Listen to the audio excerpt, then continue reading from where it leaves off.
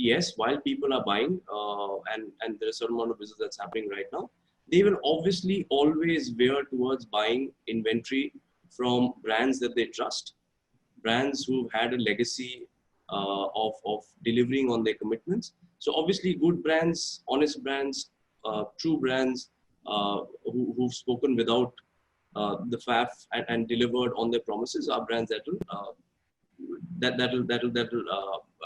have a much better performance in this time and afterwards. Uh, but as a marketing guy, what also is important for us is to understand that these stories. First of all, I think what this period has showed, at least to people like me and a lot of other people in this industry, is that more than that mass media advertising of a newspaper ad, I think the more conversations that you can have with individuals or smaller groups and clusters of your current customers and prospects, the more personal those conversations can be. Of course, as a category, as somebody else mentioned earlier, now, real estate was all about going to a physical site and experiencing the product before deciding to write a check of, whether it's a 2 crore check or a 20 crore check.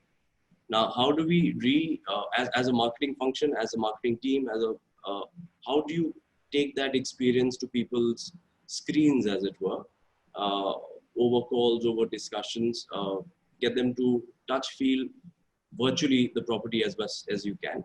I think those are some things which will decidedly change how marketing will unravel in future times. We've already started taking those steps. I'm sure a lot of my colleagues have as well. But I think some of those interesting nuances will take better shape as we go along.